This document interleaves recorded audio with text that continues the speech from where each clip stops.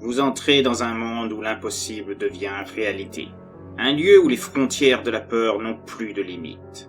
Les territoires où psychopathes, démons et autres créatures font de vos cauchemars un quotidien auquel vous ne pouvez échapper. Ce monde, je l'ai créé rien que pour vous. Entrez et venez affronter avec moi ce qu'il y a au-delà du portail, des histoires de l'autre monde. Bonjour à vous, chères créatures. Une vidéo très à part des autres aujourd'hui, car très fortement ancrée dans le sexe et comportant des séquences très explicites d'un point de vue audio. Côté visuel, pour respecter les règles de YouTube, je suis resté très soft. De toute façon, ça aurait été inutile de rajouter en termes visuels, le texte est déjà suffisamment compréhensif pour créer en image dans sa tête les dites séquences. Je demanderai donc aux personnes mineures de ne pas la visionner. Comme je sais que nombre de personnes vont sans doute faire le rapprochement, et pour éviter toute polémique de la part de haters ou puristes, oui, cette histoire est basée sur la saison 11 de American Horror Story. Mais je n'en ai pris que la structure d'ensemble en modifiant tout le reste. Comme beaucoup, je pense, j'étais très déçu de la ligne scénaristique de cette saison, qui avait un potentiel énorme pour faire une histoire pouvant faire oublier les couacs des saisons précédentes, surtout la 10 qui était une catastrophe. Au final, la saison a été très décevante au niveau de l'histoire, et j'ai voulu reprendre le thème principal et y apposer ma propre vision. Donc rassurez-vous, même si vous avez vu la saison 11 d'American Horror Story, c'est très loin d'être un copier-coller. Ceux qui connaissent la chaîne depuis longtemps savent que ce n'est pas mon genre. La finalité de l'histoire que j'ai concoctée à partir de cette saison est complètement différente, et creuse beaucoup plus loin, y apportant une véritable dimension horrifique avec la présence de créatures à l'origine du mal sévissant à New York. Ici, vous allez suivre un enquêteur du CDC chargé de comprendre les origines d'un mal inconnu sévissant dans les clubs de plaisir de la ville. Clubs échangistes, gays, sadomasochistes et autres, et provoquant une vague homophobe sans précédent. Des lieux qu'il a fréquentés assidûment après avoir rencontré Maria, devenue son épouse, et qu'il a initié à toutes les formes possibles de plaisir sexuel. Faisant son enquête en marge de celle officielle pour le compte du CDC, il va se rendre compte de la présence de créatures avides de sexe au sein des clubs new-yorkais qu'il semble être le seul à voir. Ce qu'il va découvrir sur elle va changer à jamais sa vision de l'homme, de la vie et de la maladie créant la panique à New York. Mais place à l'histoire, qui se situe en plein cœur des territoires de l'autre monde. Club. Toute cette histoire a débuté comme un rêve. Le genre de rêve dont on aimerait qu'il le reste, sans connaître la vérité se cachant derrière ses atours. Toute cette beauté qui semblait s'être construite de manière tellement irréelle que même nos fantasmes les plus fous n'auraient pu le concevoir. Elle s'appelait Maria, une beauté aux allures de perle noire qui avait fait éruption dans ma vie de manière impromptue. Vous savez, toutes ces belles histoires qu'on voit au cinéma ou à la TV, un amour entre un homme et une femme qui s'attirent l'un et l'autre dans un cadre idéal, une terrasse de café, les couloirs d'une société de publicité et un hôtel de luxe, vous voyez le tableau. Eh ben, Maria et moi, ça n'a pas été comme ça du tout. C'était même tout le contraire. Au début, elle me détestait. La plupart des Blancs qui l'avaient approchée, elle et sa famille. Une haine raciale qu'elle avait développée à cause des événements de l'affaire Market Fry du 11 août au 17 août 1965 à Los Angeles. Les émeutes causant pillage et incendies de commerce dans les quartiers noirs de Watts et South Central, ayant fait sombrer l'Amérique dans la terreur pendant 6 jours. En cause, l'arrestation musclée d'un jeune noir et sa mère par des policiers blancs zélés. Leur excuse étant qu'ils soupçonnaient le jeune Market Fry de conduite en état d'ivresse, précisant qu'il l'avait suivi pendant que celui-ci se promenait en voiture et avait choisi de lui passer les menottes, juste devant son lieu d'habitation. Sa mère est sortie pour défendre son fils, et s'est retrouvée, elle aussi, conduite au poste, pour violence envers des représentants de l'ordre. Une injustice dont personne n'était dupe sur le véritable motif de l'arrestation, la couleur noire de Market et sa mère. Maria a connu ce tremblement médiatique. Sa famille et elle vivaient à Watts, véritable ghetto pour les Noirs, sous ses allures de quartier de vie comme les autres. Devenue orpheline des années plus tard, elle a pu se trouver un emploi lui permettant d'obtenir une maison dans un quartier résidentiel, loin de la Cité des Anges, qui n'avait rien du paradis désigné par son nom, mais ressemblait plus à l'enfer. Un quartier à New York où elle dut subir un autre enfer, étant la cible régulière des attaques racistes de ses voisins. C'est d'ailleurs par suite d'un pétage de plomb de sa part, ne supportant plus les frasques de sa voisine directe, celle-ci prenant plaisir à la harceler quand elle ne se servait pas du jardin de Maria comme dépotoir improvisé pour jeter ses ordures, que je suis venu à la rencontrer la première fois. Vous voyez les scènes où on voit un futur couple avoir un coup de foudre dans les films romantiques. Eh ben, j'ai ressenti la même chose au contact de Maria. Pourtant, ce n'était pas vraiment réciproque. J'admirais sa force de caractère et son courage face à des ennemis qui étaient son quotidien. Moi et mon collègue ont tenté de la calmer, alors qu'on venait de la séparer de sa chère voisine, lui occasionnant de graves griffures au visage et au bras, ayant causé un appel téléphonique à nos services de la part de ces adeptes blancs du quartier. C'est moi qui l'ai auditionné au poste, essayant de démêler le vrai du faux dans ses propos, canalisant sa colère du mieux que je pouvais. Je pense que c'est ma patience et ma compréhension qui ont fini par la faire changer d'avis sur ce que je représentais. Et dans le même temps, de mon côté, j'apprenais à mieux la connaître, mon admiration pour elle devenant quelque chose de plus fort. Au bout d'un moment, elle ne voyait plus un flic blanc forcément raciste, ayant obéi aux dogmes de l'Amérique toute-puissante, mais un simple homme qui usait de tout son pouvoir pour l'aider à la sortir de la situation compliquée dans laquelle elle se trouvait. Par la suite, j'ai réussi à obtenir un compromis. Ayant contacté son propriétaire très compréhensif, il l'a fait déménager vers un quartier plus tolérant à la diversité de ses voisins. Un cadre idéal pour tout noir à cette époque, qui, normalement, était réservé à une certaine élite. Maria était très touchée par ce geste. C'est ainsi que notre relation a débuté. Ce que j'ignorais, c'était que Maria était pleine de secrets et de surprises, et qu'elle serait bientôt au centre d'une véritable bombe sociale qui allait secouer New York, la communauté gay et les clubs spéciaux de la ville. Un univers que j'allais découvrir bien malgré moi, plongeant dans les frasques sadomasochistes et échangistes, où gays, lesbiennes, hétéros et bisexuels se fondaient. Et le mot n'est pas trop fort, dans un paysage urbain, loin de se douter du cauchemar en devenir à plusieurs niveaux. Et encore plus pour moi, pour d'autres raisons. À ce stade de l'histoire, vous devez vous demander, bon, il est bien gentil là, mais c'est quoi le rapport entre son histoire d'amour avec Maria et les clubs aux pratiques sexuelles particulières de New York? Alors, il est temps de rentrer au cœur du sujet, après ce petit préambule qui était nécessaire pour que vous compreniez mieux la suite de mon récit. Pour des raisons qu'il vous sera aisé de comprendre, et dans un souci de confort pour Maria, j'ai quitté mon travail de policier peu de temps après l'officialisation de notre union. Je sentais bien la désapprobation de mes collègues policiers, et cela m'insupportait. D'autant qu'à l'époque, les mariages entre deux ethnies différentes étaient la cible de préjugés racistes forts, même si la plupart ne le disaient pas ouvertement. Mais leurs regards, leurs attitudes en disaient suffisamment long pour se passer de mots. Alors, j'ai changé complètement de cap et d'ambiance. J'ai bossé dur, et j'ai répondu aux sirènes de mon enfance, qui me dictaient de me lancer dans le monde de la médecine. J'étais devenu policier à cause de mon père, ancien sergent réputé et fierté de la police de New York. Mais ça n'avait jamais été ce que je voulais. Maria m'a décidé à voler vers mes vrais choix, supportant mal, elle aussi, de voir ma mine fatiguée et abattue quand je rentrais le soir, après mon service, à cause des paroles blessantes anti-noirs proférées par mes collègues, y compris mon supérieur, clairement dirigées vers moi et mon épouse. Je vous dispenserai de vous dire de quelle manière il s'amusait à décrire notre mariage, et sans même prendre la peine de le dire à voix basse, dans le seul but de me blesser. Malgré tout, mon expérience d'enquêteur au sein de cet environnement hostile à la nouvelle vie que j'avais choisie m'a été utile. Mes dispositions pour démêler des indices m'a permis d'avoir un poste au sein du CDC de New York. Pour ceux qui ne le savent pas, le CDC, c'est l'agence chargée du contrôle et de la lutte contre les maladies de toutes sortes. Ça implique aussi les virus et les attaques terroristes biologiques. Cela a été long et compliqué pour acquérir le savoir médical nécessaire à ma nouvelle fonction. Mais j'ai beaucoup été aidé dans cette tâche par Maria et sa grand-mère, qui me faisaient bénéficier de leurs connaissances. La famille de Maria m'adorait. Pour eux, j'étais le miracle dont avait besoin l'Amérique. Je les comprenais. J'adoptais leur style de vie, leur culture, comme jamais ils n'auraient cru qu'un blanc était capable de le faire. Et surtout, j'acceptais un autre mode de vie propre à Maria, ainsi que des mœurs sexuelles à part.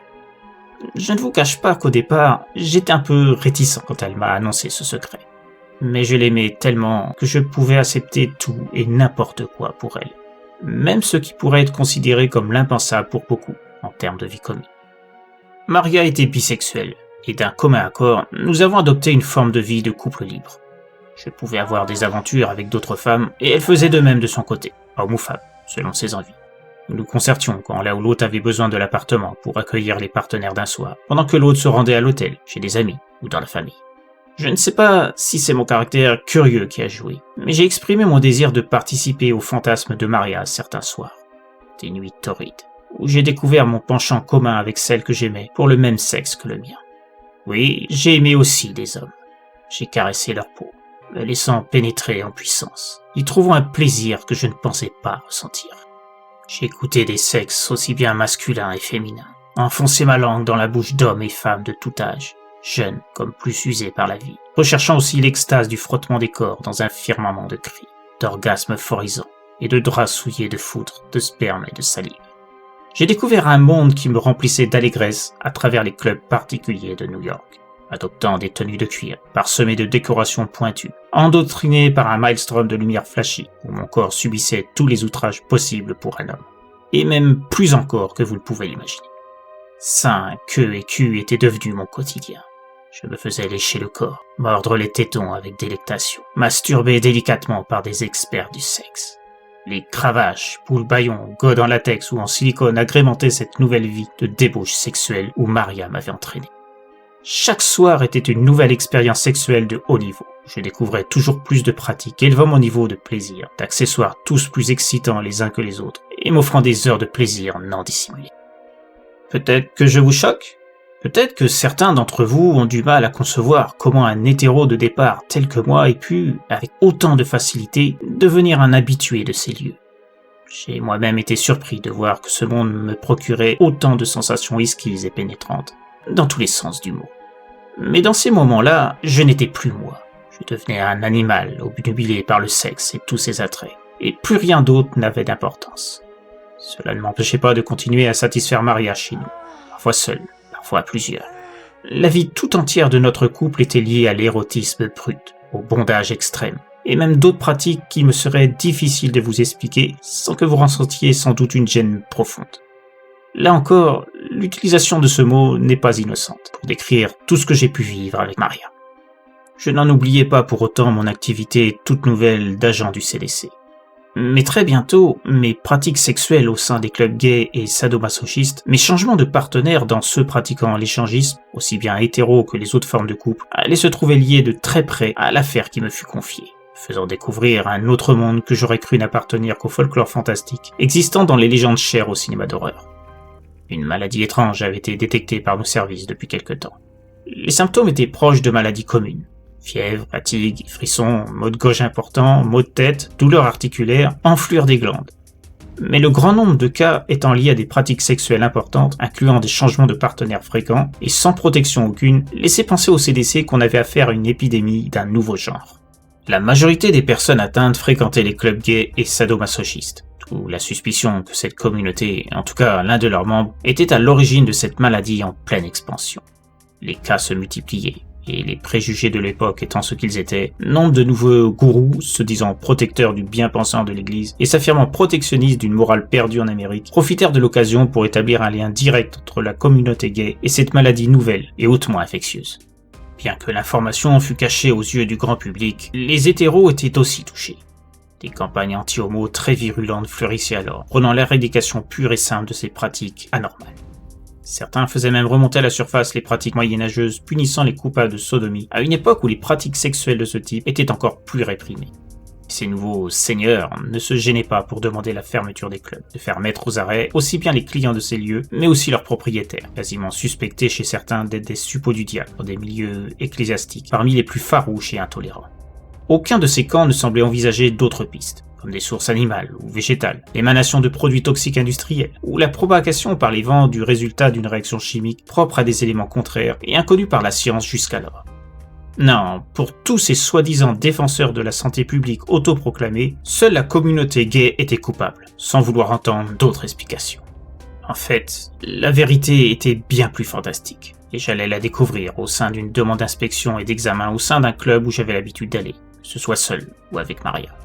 Un club qui était en apparence un simple cabaret spécialisé dans les spectacles de drag queen, mais cachant dans ses sous-sols un paradis de l'échangisme, où couples de tous bords s'adonnent à des plaisirs intenses, s'affichant au travers de vitrines où de simples spectateurs, moyennant le versement d'une somme conséquente aux tenanciers de l'établissement, venaient observer les ébats torrides et sans tabou d'hommes et de femmes. Pratiques sadomasochistes, parties à 3 ou 4 partenaires, humiliation, avec même des sections réservées aux déflorations de la part de jeunes vierges voulant avoir un souvenir impérissable de leur première fois, et payant un supplément pour que la perte de leur virginité soit filmée pendant qu'elles subissaient l'assaut d'hommes faisant partie du personnel de club dont c'était la spécialité. Les puceaux avaient droit aussi aux mêmes avantages, que ce soit par des hommes ou des femmes. Ce club, c'était le centre des plaisirs extrêmes, de la dépravation dans toute sa splendeur. Un cirque où les hommes et les femmes régressaient à l'état de bêtes, repoussant toutes les limites des pratiques sexuelles. Nombre des habitués se connaissaient bien, et même très bien. se voyant même à l'extérieur après une première expérience haute et parfois brutale, à la demande de ceux et celles s'y adonnant. Il et elle vivaient exclusivement pour le sexe. Toute autre activité considérée comme normale de la part de ceux et celles ne comprenant pas ce mode d'existence, comme aller au cinéma, avoir un rendez-vous romantique dans un restaurant, ou encore se contenter de se câliner de manière prude sur les bancs d'un parc public, ne faisait pas partie de leur mode de conduite. Et c'est au milieu de ce couloir dont les vitres montraient tout l'interdit refusé par les outrés du monde extérieur au club que je vis la première fois quelque chose que je crus d'abord être le fruit de mon imagination. Bien sûr, je dois préciser que j'ai caché au CDC m'employant mes pratiques au sein du même type de club, dont celui-ci j'ai fréquenté assidûment pendant une longue période avec Maria. J'ai eu connaissance de la recrudescence de cas et la vague anti-homo. Déjà qu'elle et moi ont resté prudents auparavant, pour éviter toute attaque directe de la part des détracteurs de nos pratiques, on a renforcé notre méfiance, et aussi nos protections. On ne l'a pas toujours fait, et rien ne disait qu'il n'arriverait pas un moment où nous verrions apparaître les symptômes de ce nouveau mal insidieux. Mais avec ça, c'était devenu primordial. Pour en revenir à ce que j'ai vu, je ne sais pas comment le décrire, tellement ça semblait complètement fou. Je ne pouvais pas me frotter les yeux à cause de la combinaison de protection obligatoire que je portais lors de notre inspection, cette dernière ayant été demandée par le maire de New York, et pour répondre aux craintes des habitants de la ville. Mon collègue, quelqu'un de très prude et issu d'une famille catholique, avait du mal à cacher son malaise de se trouver à l'intérieur de ces territoires de la débauche et du plaisir sexuel sous toutes ses formes, comme il me l'avait fait remarquer pendant le trajet nous y ayant emmenés. Le propriétaire nous avait alloué une petite pièce spécialement pour procéder aux examens des clients présents. Il avait fait une annonce, par haut-parleur interposé, et présent dans toutes les salles du plaisir, le nom donné aux pièces, indiquant que toute activité devrait cesser dans l'heure, à la demande du CDC. Tous les habitués devraient se soumettre à un examen approfondi, afin de détecter ceux et celles pouvant montrer des symptômes de la maladie. Bien que certains et certaines montrèrent un peu de réticence à cette idée, toutes et tous donnèrent leur accord, soit par hochement de tête, du fait de leur position leur empêchant toute autre forme de réponse, soit par signe de la main. Chacun des habitués était au courant de la situation, et comprenait parfaitement la position du patron. Un refus d'obtempérer pouvait signifier une fermeture nette et définitive du club, privant tout le monde de leur activité favorite au paradis du sexe. Sans compter les nombreux employés qui se retrouveraient sans travail par suite de cet arrêt du club. Par souci de solidarité, chaque habitué se conformait donc, une fois interrompues leurs petites affaires dans les délais demandés, à se rendre tour à tour dans la salle. Moi, j'étais encore sous le choc de ce que j'avais vu dans une des salles du plaisir. L'un des occupants n'était pas humain. Ça avait bien une apparence humanoïde, mais dépourvu de cheveux sur le crâne. Celui-ci se parait d'oreilles à la forme très étrange, presque inexistante, se réduisant à un orifice presque collé au contour du visage. La peau du corps était de couleur grise, avec des nuances marron parfois. Certaines parties, notamment au niveau du sexe, étaient pourvues de poils tombants, épousant la forme des testicules. Ces dernières étaient de forme allongée, un peu de la teneur d'un kiwi, et le sexe lui-même était d'une grosseur bien plus large qu'un pénis dit classique, et d'une longueur qui, à première vue, dépassait tout ce que j'avais pu voir chez un partenaire homme. D'autres zones, comme le coccyx et la base du cou, montraient aussi des surfaces poilues. Les mains et les pieds étaient semblables à ceux d'un humain, si ce n'est qu'il y avait une sorte de protubérance de peau au-dessus de chacun des doigts de pied, absente de ceux des mains. Et surtout on voyait nettement une courte queue à la base du dos. Elle se dressait et semblait n'être constituée que d'une seule vertèbre, pourvue à son bout d'une sorte de deuxième phallus, aussi incroyable que ça pouvait être. Mais c'était bien ça. Cette chose avait 2 pénis. Je regardais mon collègue devant qui semblait n'avoir rien remarqué, et continuait d'avancer, comme si rien ne semblait anormal. Bien que révulsé à l'idée de ce qui se pratiquait ici, je l'avais vu malgré tout porter le regard à plusieurs reprises vers les vitrines. Il a même fait un signe de croix sur sa combinaison à un moment, comme pour se protéger des impies des lieux sans doute. Et pourtant, il n'a eu aucune réaction à la vision de cette bête, cette créature, je ne sais pas trop comment la désigner. Je semblais être le seul à la voir, ce que je ne comprenais pas. Quelle particularité pouvais-je avoir en moi pour que je puisse bénéficier de cet avantage de vision ? Je tentais de me persuader que c'était mon imagination qui me jouait des tours, et accélérais le pas, suivant mon collègue. Plus tard, à chaque patient examiné, je ne pouvais m'empêcher de me demander si la créature aperçue auparavant allait faire son apparition, en ouvrant la porte à son tour, et si je parviendrais à masquer mon étonnement à mon collègue. Mais je ne vis rien. Après tout, c'était peut-être bien une hallucination que j'avais. Ou bien, la véritable apparence de cette créature ne pouvait m'être visible que lors de ses actes sexuels. Peut-être que dans ces moments-là, cette créature se laissait aller à sa vraie nature, et ne pouvait pas masquer ses attributs bestiaux à quelqu'un comme moi. Ce qui revenait à me demander pourquoi j'avais cette faculté d'être le seul à pouvoir être témoin de la véritable forme de cette créature. Quelle était son origine? Pourquoi était-elle dans ce club? Pourquoi avait-elle besoin des humains pour satisfaire ses besoins sexuels évidents? J'avais vu l'expression de son visage, et elle montrait les mêmes signes que n'importe qui prenant plaisir à copuler. Une satisfaction propre à toute personne sur le point de libérer une jouissance liée à l'acte sexuel. Le sourire qu'elle affichait à ce moment était très significatif. En ce sens, elle se rapprochait de tout être humain. Était-ce une activité à laquelle elle s'adonnait régulièrement? Ou bien était-ce plus rare? Mais surtout, la question principale que je me posais, c'était est-ce que cette créature était liée à la maladie qui se propageait sur la ville? Et y en avait-il d'autres comme elle à New York? Ça pourrait expliquer tellement de choses. L'apparition soudaine et inexpliquée de cette maladie inconnue, sa faculté à se propager de manière aussi exponentielle. Je savais que je tenais peut-être une piste. Mon instinct de policier me le faisait sentir. Mais je ne pouvais parler de ça à personne. D'abord parce que comme j'étais le seul à voir ces créatures, et apparemment uniquement pendant leurs actes sexuels, je ne trouverais aucun interlocuteur qui ne me prendrait pas pour un fou. Et en ça, je ne pourrais pas les blâmer. Moi-même, si j'étais à leur place, je n'y croirais pas non plus, sans preuve de ce que j'avançais. Et ensuite, en supposant que quelqu'un me croirait, quelqu'un qui aurait peut-être aussi été témoin de la présence de l'une de ces créatures, le fait que l'info puisse se propager de manière étendue, cela entraînerait des conséquences. Tombant dans des oreilles incrédules ou au contraire trop impatient de tout révéler, car trop heureuse de ne pas être la seule sachant cette découverte, je prenais le risque d'alerter ces créatures, et elles pourraient se montrer plus prudentes quant à leur présence dans les clubs. Car j'étais persuadé qu'il y en avait d'autres, et qu'elles fréquentaient très souvent ces lieux. Je devais découvrir pourquoi. Je devais savoir si c'était elles qui diffusaient cette maladie, et pour quelle raison. Était-ce seulement volontaire, ou étaient-elles ignorantes de leur propension à propager ce mal? Sans oublier que je devais savoir s'il y en avait dans d'autres villes. Car dans ce cas, New York n'était peut-être que le début d'une pandémie en devenir. Je devais rassembler des informations suffisantes pour savoir comment réagir, explorer d'autres clubs, tenter de suivre l'une d'entre elles afin de savoir leur mode de vie, leurs habitudes, si elles étaient en couple, leur alimentation, l'environnement dans lequel elles vivaient.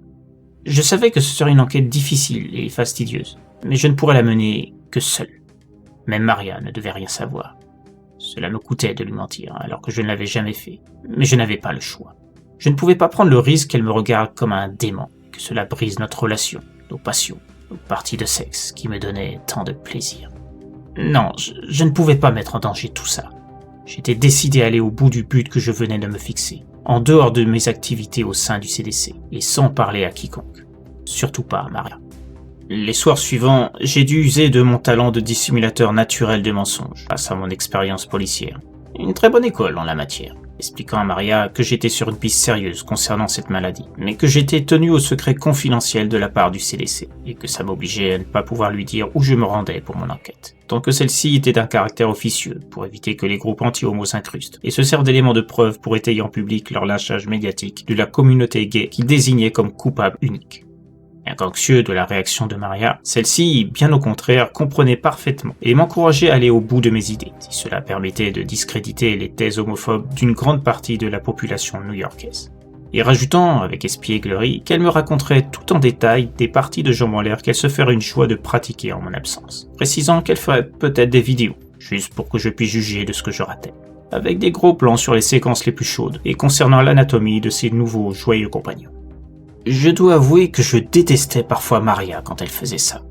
Ce plaisir à tenter de provoquer chez moi une érection visible. Me faire monter la sève en sachant que je ne pourrais la déverser quelque part, en dehors d'une rue déserte, à l'écart de toute vie, afin de satisfaire l'excitation procurée par l'évocation de nouveaux corps à explorer. Mais cela faisait partie de son charme aussi. Et quelque part en moi, cela contribuait à la rendre encore plus désirable. Et me donnait une excuse pour lui donner des punitions pleines de malice, une fois toute cette affaire résolue. Des sévices ou cuir, latex et jolis jouets à base de menottes et autres accessoires sexuels s'enfileraient à la chaîne sur son corps offert. Quoi qu'il en soit, mon opération recherche de la vérité commençait, longue et laborieuse, pendant que les nouveaux cas de victimes de la maladie remplissaient les journaux et étaient étalés dans des émissions sordides, où la communauté gay et lesbienne se retrouvait souillée en permanence, accusée de tous les maux possibles. Les actes homophobes étaient en augmentation constante. Dégradation de commerce, de clubs, agressions gratuites sur des couples, attaques verbales par l'intermédiaire des shows radio et TV. Tout y passait. Et il devenait de plus en plus difficile de vivre ses préférences sexuelles au sein d'une société qui avait pris les clubs gays et sadomasochistes comme cible privilégiée de leur haine viscérale et leur incompréhension d'un mode de vie qu'ils rejetaient en bloc. C'est dans ce cadre que je devais trouver des indices, soumis moi aussi à cette chasse aux sorcières bien plus terrible que Salem et le McCarthyisme réunis. Une véritable mise à mort d'une communauté dont les défenseurs étaient mis dans le même sac, subissant eux aussi des attaques en règle. Une semaine passée sans résultat, explorant les clubs que je fréquentais régulièrement avant cette crise, et dont je m'étais éloigné quelque peu, par peur d'y être vu, plus que par crainte de la maladie, ce qui aurait pu donner l'occasion à ceux et celles connaissant mes goûts sexuels d'offrir des images de moi en spectacle aux nouveaux prophètes de la bienséance et de la moralité sélective, ces derniers envahissant tous les écrans de l'Amérique. Finalement, je fus récompensé. Lors d'une séance de triolisme enflammé dont j'étais le centre, je vis un de mes partenaires du moment revêtir sa vraie apparence, alors qu'il pratiquait sur moi une fellation que je pourrais relater de divine. Me retrouver au centre de l'action, c'était la méthode que j'avais choisie pour mieux déceler ces créatures se cachant parmi nous, succédant les séjours au paradis du sexe, où j'avais vu la première fois l'une d'entre elles, mais aussi dans la grande majorité des autres clubs. Une manière d'allier plaisir et enquête. Et ce fut pour moi une façon de pallier l'absence de rapports charnels et torrides avec Maria et ses invités nocturnes lors de ces soirées sans ma présence. Certains diraient que c'est une méthode un peu facile de justifier mes actes, mais Maria et moi avions depuis longtemps franchi le cap de la jalousie par notre mode de vie, où le sexe était le centre d'attraction passant avant le reste. Je savais que Maria n'était pas dupe. Elle savait que mon enquête pour trouver la vérité au sujet de ce mal passait par des visites régulières dans les clubs qu'elle m'avait fait découvrir. J'étais persuadé que cette idée de m'imaginer dans des postures de toutes sortes devait même lui donner des rêves jouissifs entre deux pénétrations de son jardin intime. Donc pour reprendre le fil du récit, j'ai dû faire abstraction de toute surprise en découvrant la nature de mon partenaire à ce moment. Je vous passerai les détails sur ses aptitudes sexuelles de haut niveau. J'ai rarement vu chez les autres hommes avec qui j'ai eu de telles relations purement pratiques, sans le moindre sentiment extérieur. J'ai également été surpris de sa courtoisie. Ça peut paraître anecdotique, mais en règle générale, une fois nos séances faites, il y avait rarement des échanges verbaux autres que les cris de plaisir lancés lors de nos sessions pratiquées devant le regard des voyeurs payants observant nos ébats. En ce qui le concernait, il était au contraire très amical et assez bavard, me demandant notamment si sa prestation m'avait plu, me disant qu'il avait hâte de reprendre avec moi d'autres exercices plaisants de ce type au sein du club. J'appris ainsi qu'il changeait souvent de lieu au cours de ces semaines chargées, passant de club en club, un par soir, suivant un planning établi à l'avance. À l'entendre parler, j'avais l'impression que c'était un touriste parlant de ses excursions au quotidien, ou d'un professeur de yoga, indiquant son programme de cours. Une fois pris une douche en commun avec les autres habitués ayant également terminé leur soirée, je m'habillai rapidement, de manière à suivre discrètement le dénommé Polo, le prénom qu'il m'avait fourni pour le désigner. Un nom d'emprunt, comme tous les clients réguliers qui officiaient ici, afin de préserver un certain anonymat à chacun. Il était alors 2h du matin, et je me retrouvais à suivre cette créature cachée sous une apparence humaine que j'étais le seul à voir, sans que j'en comprenne le pourquoi et le comment encore, même si ça soit limité au moment où elle s'adonnait au sexe. Il habitait un immeuble près de l'East River Park, dans le quartier de Lower East Side.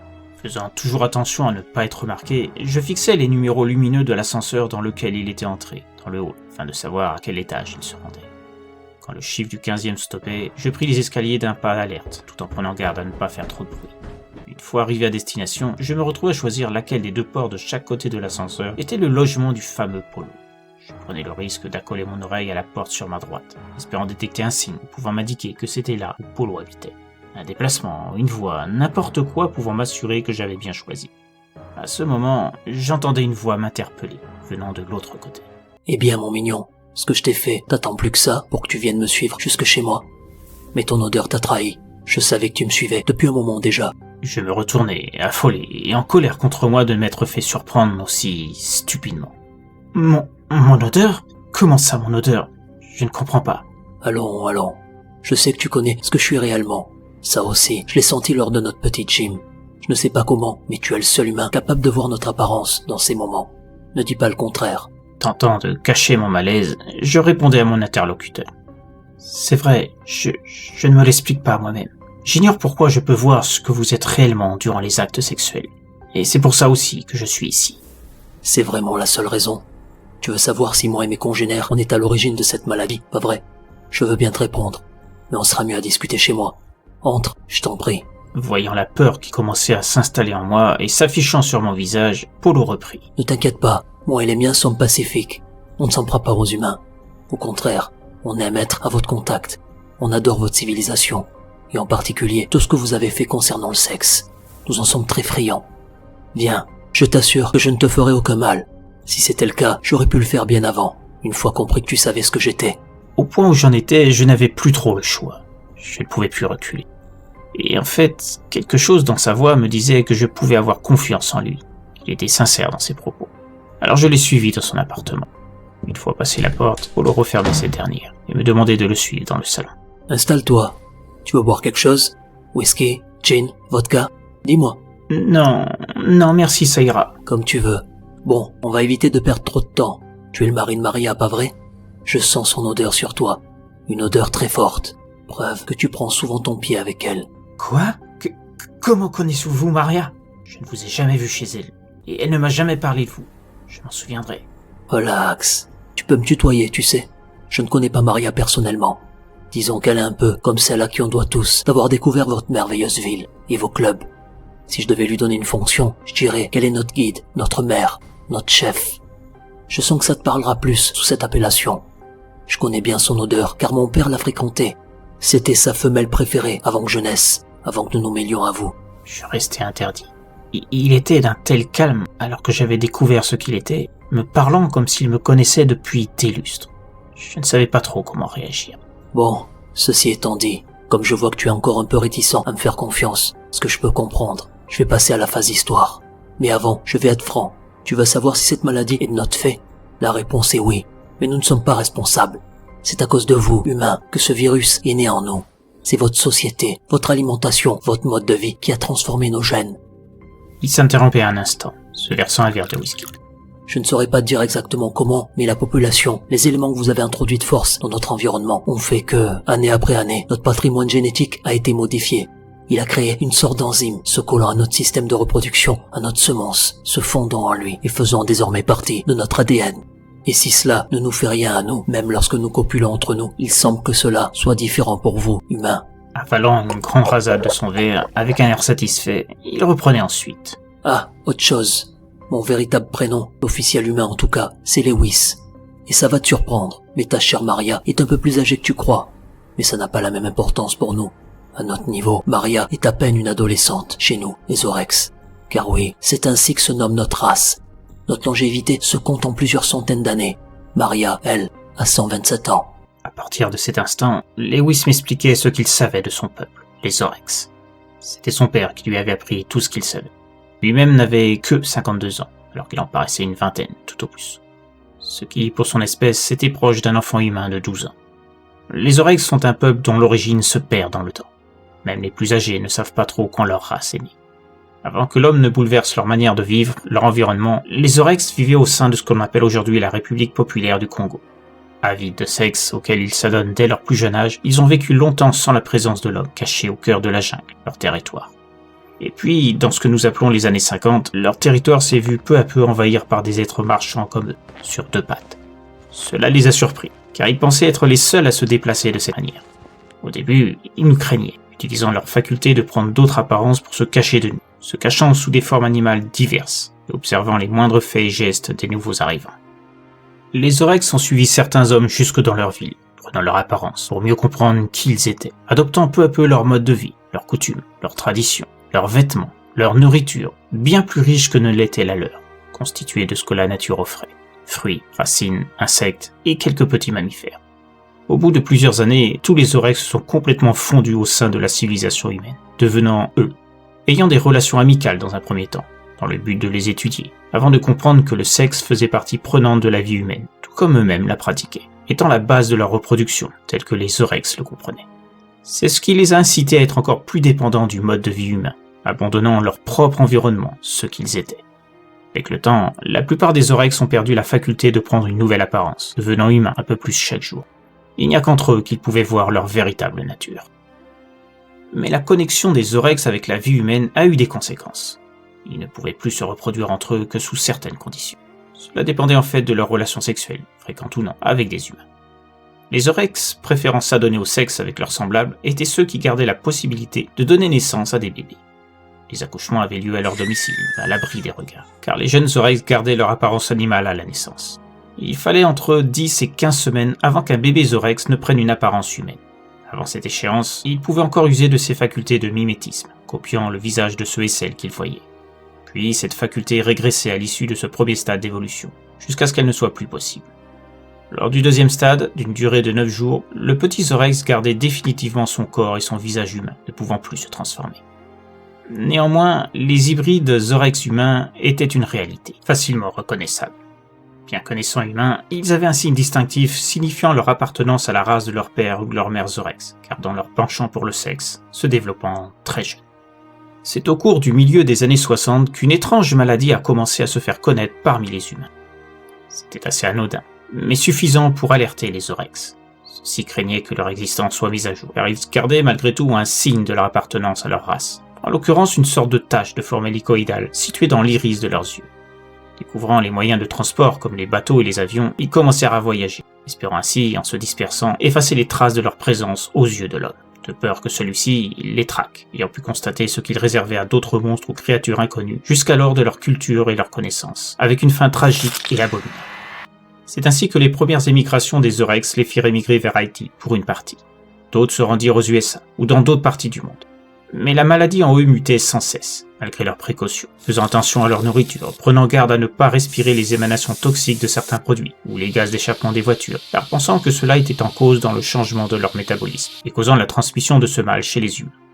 Ils ignoraient encore à ce moment de leur histoire de quelle manière exacte ce dernier opérait.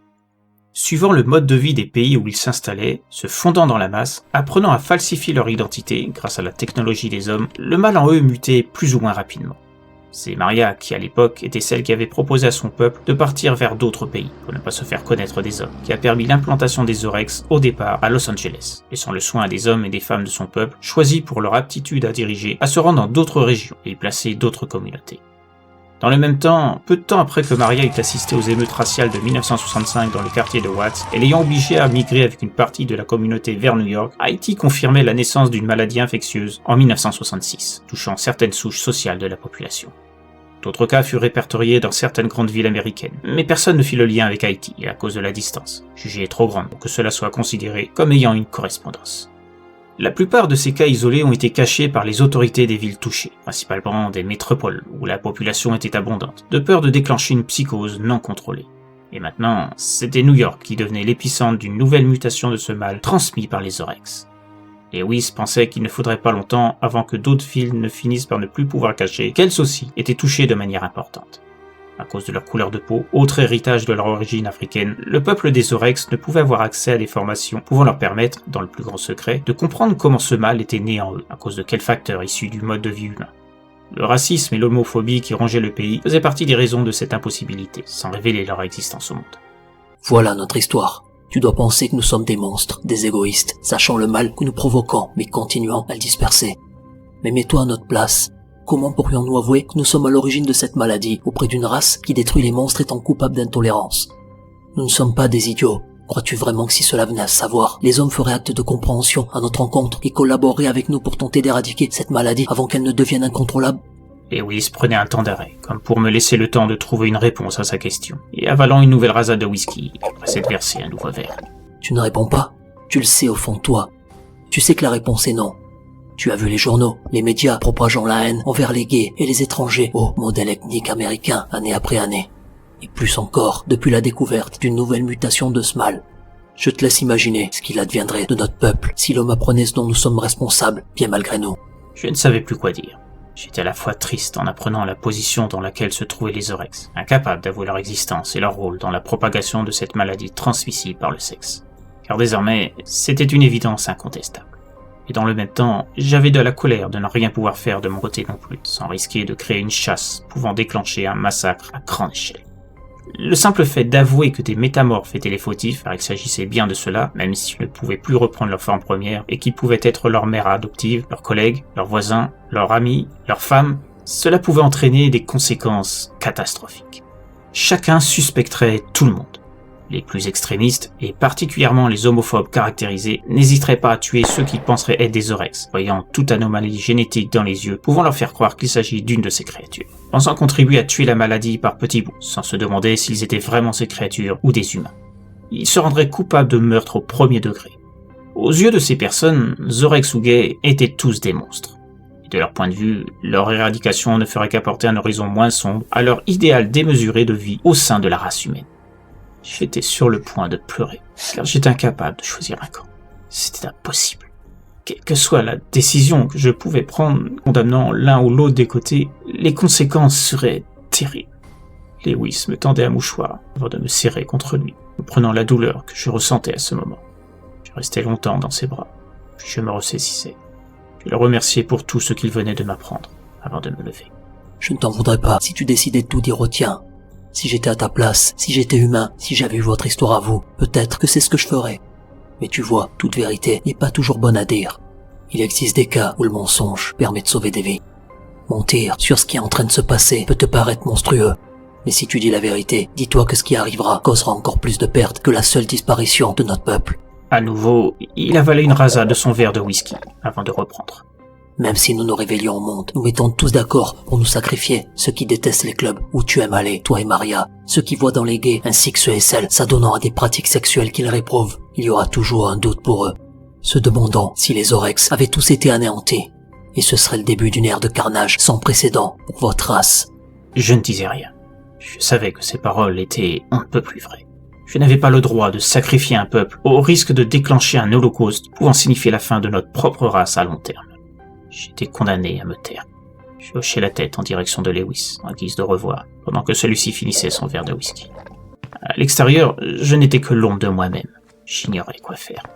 Perdu dans mes pensées, je me rendis à peine compte que j'étais rendu chez moi. J'entrai, me dirigeant vers la chambre où m'attendait Maria. Maria aux yeux tristes, semblant consciente que je savais qui elle était, ce qu'elle était, et du dilemme auquel j'étais confronté. Viens près de moi. Je sais que tu as appris la vérité sur moi et mon peuple. Lewis m'a téléphoné avant que tu viennes. Il pensait préférable que je sache ce qui en était. Je croyais qu'il ne t'avait jamais vu. Oh, regardez-moi ça, le pauvre cœur. Tu vas pas me faire une crise de jalousie, si? Non mais je plaisante. Il a dit la vérité, on ne s'est jamais vu, et j'avoue avoir été surprise qu'il m'appelle, vu que je ne lui ai jamais donné mon numéro forcément. Mais comme j'ai une grande histoire pleine de sexe avec son père, je suppose qu'il a dû le trouver dans les affaires de celui-ci. Il est décédé l'année dernière. Je suis étonnamment surprise qu'il n'ait jamais cherché à me contacter avant pour savoir ce que je pensais de la queue de son paternel. Je veux juste savoir une chose. Pourquoi je peux voir le véritable aspect de Lewis pendant un acte sexuel et pas le tien? Alors là, je t'avoue que tu me poses une colle. J'en sais foutre rien. Tu es spécial, j'ai bien fini par le comprendre après toutes nos années de débauche. Mais apparemment, tu l'es encore plus que je ne pensais. Qui sait, c'est peut-être ce que j'ai entre les jambes. Mon fluide spécial lui aussi, qui t'a fait devenir le seul être au monde capable de voir notre vraie nature. Et comme c'est moi à qui tu dois ça, ça ne doit pas s'appliquer à moi. Tu as peut-être raison, j'en sais rien. Je sais plus quoi penser. Depuis des années, je m'envoie en l'air avec une créature venue des bois, y prenant plaisir même. Je découvre que tu as sans doute contaminé des dizaines de gars et de filles, et malgré ça, je continue d'être très dingue de toi. Que c'est beau ce que tu viens de dire. Dis-toi que c'est le destin qui a voulu ça. Je suis spéciale et grâce à moi, tu es devenu spécial aussi. On est un couple à part, toujours prêt à se mettre des doigts partout, même dans les endroits les plus improbables. Même avec mon mort à la zéro, tu arrives encore à me faire rire. Mais je ne sais toujours pas ce que je dois faire. Je suis perdu. Maria s'approchait alors de moi, m'enlaçant, en plaçant ses bras autour de mon cou et souriant comme jamais. Alors oublie tout ça. Ça ne sert à rien de te torturer. Ce qui doit arriver, tu ne peux pas le changer. Je sais que ça sera sans doute pas facile pour le Sherlock que tu es, mais le mieux, c'est de faire comme si tu ne savais rien. Laisse faire les choses. Que ce soit les monstres, les noirs, les homos, de tout temps, on nous a détestés. Et ça sera encore le cas pour un grand nombre de tas d'étrons qui empestent les rues et qui se prétendent humains. Elle me prenait par la main, me dirigeant vers le lit, avant de me forcer à m'asseoir. Délicatement, elle enlevait alors le peignoir qu'elle portait, révélant son corps nu à mes yeux, avant de s'agenouiller et commencer à défaire la braguette de mon pantalon. Tu sais ce que je veux, moi, maintenant, tout de suite? C'est que tu me ramones, comme jamais on l'avait fait avant, et que tu mettes tes doutes et tes interrogations dans un tiroir de ta tête. De jeter la clé très loin, pour ne jamais la retrouver, et laisser le cours du destin s'occuper du reste. Vu comme tu le présentes, j'avoue que c'est très tentant.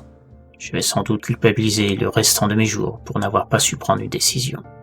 Mais vu que je ne sais pas quoi faire, je vais faire comme tu m'as dit. me foutre de tout ça et laisser la race humaine sombrer dans la mort future et le désespoir. Moi, pendant ce temps, je me consacrerai à ce que j'ai toujours aimé faire, me plonger dans la luxure la plus dépravante avec toi. Ça, c'est bien parlé. Tu devrais te lancer dans la politique. Je suis certaine que tu aurais toute une foule d'admirateurs et d'admiratrices aussi, toutes prêtes à te sucer, comme je m'apprête à le faire. Oui, pourquoi pas.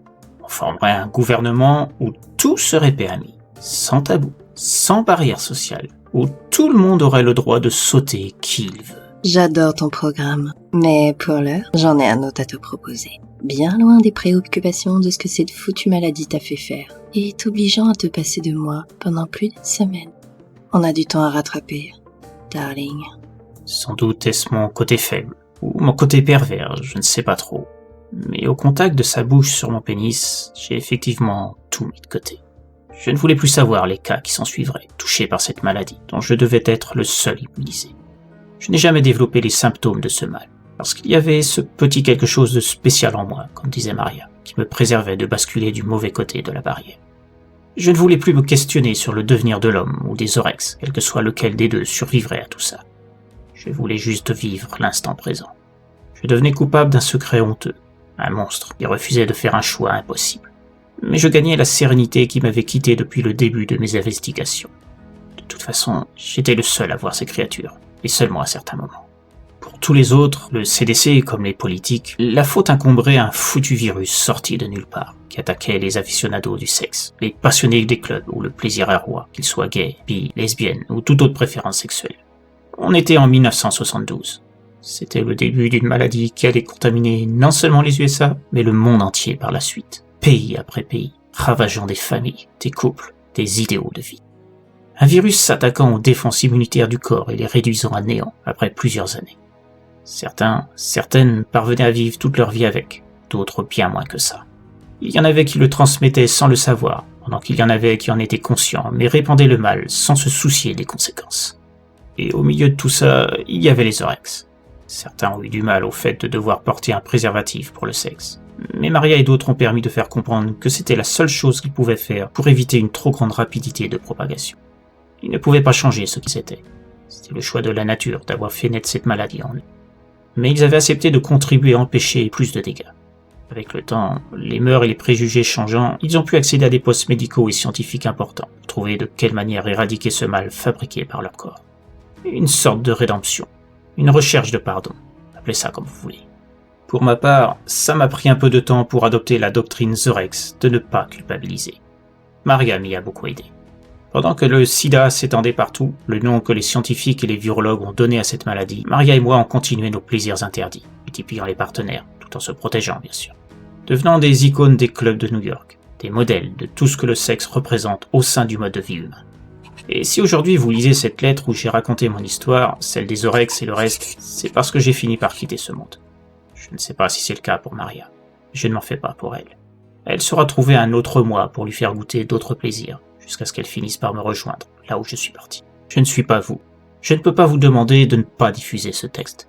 Je l'ai écrit, car c'était ma manière à moi de me pardonner de ne rien avoir dit à l'époque.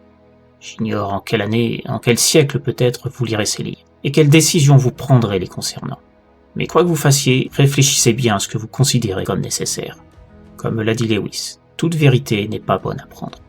Parfois, un mensonge peut sauver des vies, beaucoup de vies, voire une planète tout entière.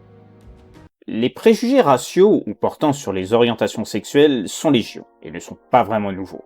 Même si les mœurs ont apporté un semblant de compréhension d'une manière officielle, notamment avec les mariages et les adoptions autorisées aux couples gays, il reste que la communauté LGBT subit trop régulièrement les attaques de personnes, et je reste poli, qui sont restées enfermées dans des valeurs semblant provenir du Moyen-Âge.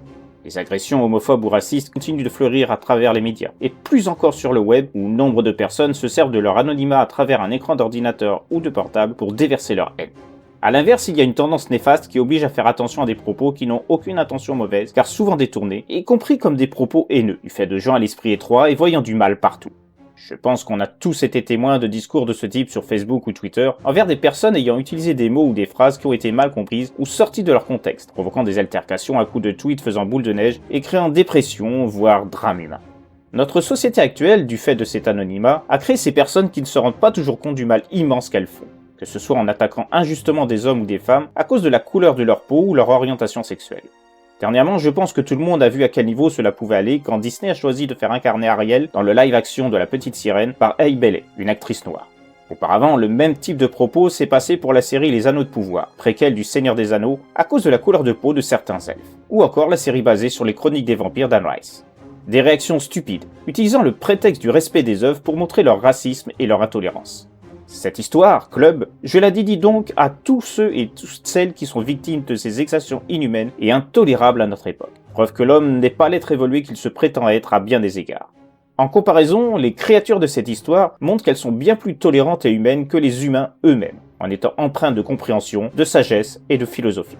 Tellement proches des humains à bien des égards, mais devant se cacher à leurs yeux pour ne pas subir des attaques frontales, comme l'homme le fait à chaque fois qu'il est confronté à l'inconnu, le considérant systématiquement comme une menace, sans même chercher à comprendre ce qui est en face d'eux, et répondant à son naturel vindicatif, source de toutes les guerres à travers la planète. Peut-être faudrait-il qu'un jour que de telles créatures décident de montrer leur visage à la face du monde et leur montrent qui sont les vrais humains de la Terre, pour pouvoir un jour espérer voir les mœurs changer et révéler que sans modifier leur manière de penser, ils se dirigent tout droit vers sa perte.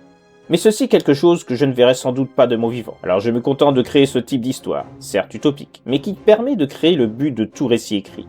Rêver d'un monde meilleur, s'échapper de la réalité et se fondre dans des idéaux et des valeurs qui, de plus en plus, sont plus présents dans les livres que dans la plupart des membres de l'espèce humaine.